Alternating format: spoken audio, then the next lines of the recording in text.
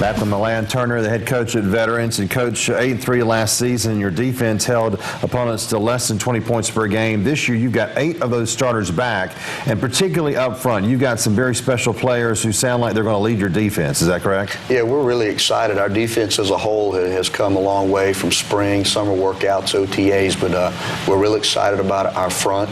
Our first 4 from last year are back.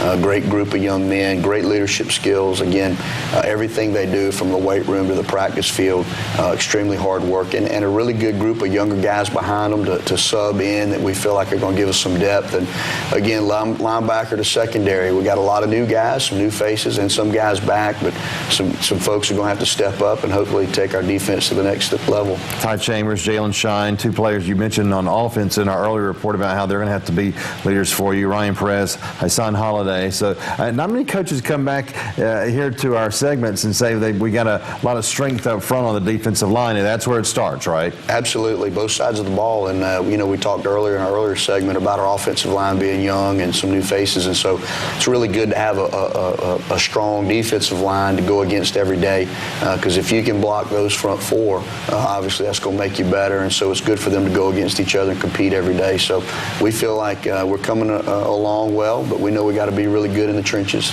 You're replacing a couple of safeties who went on to college, one to Georgia Southern, one to Mercer.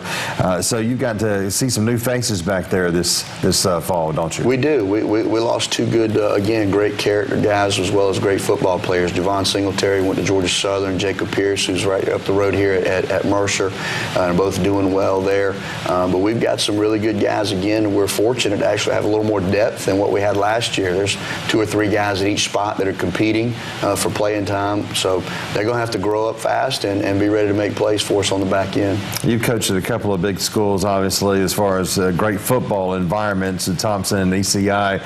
You kind of learned about Warner Robins football, I imagine, last year, didn't you? I did, and if you go way back, I was here 03, 04. I was a part of Coach Way's staff in 04 that won a state championship at Warner Robins, so I've been very blessed to be around great coaching staffs and great communities and programs alike. And so coming back here was obviously a great opportunity, and I knew how important football was in this area, so we're really excited to be back here. Well, let's hope the Warhawks continue to build on that success from a year ago and the first game against Upson Lee on August the 23rd. Coach, thank you for coming in. We appreciate it. Good luck to you this year. Thank you so much. God bless.